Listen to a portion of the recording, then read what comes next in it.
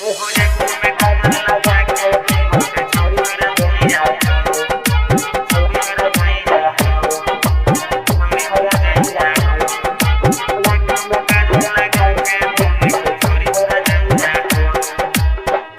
भैया छिए कसैया हो, ओ भैया छिए कसैया हो, एहो आँख में काजर लगा के घूमे छै छौरी हरदैया हो, एहो आँख में काजर लगा के घूमे छै छौरी हरदैया हो।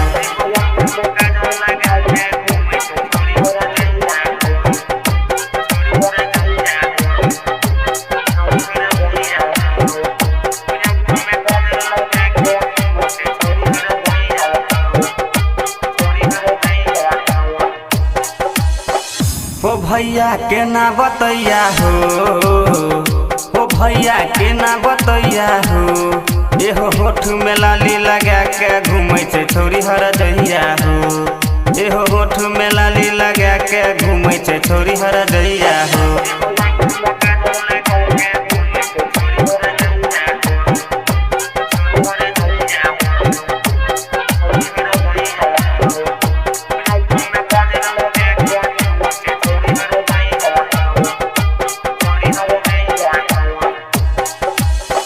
हो भैया दिने दुपहरिया हो, हो भैया दिने दुपहरिया हो, एहो टांग में पायल पिन के झमकावे छौरी हरदैया हो, एहो टांग में पायल पिन के झमकावे छौरी हरदैया हो।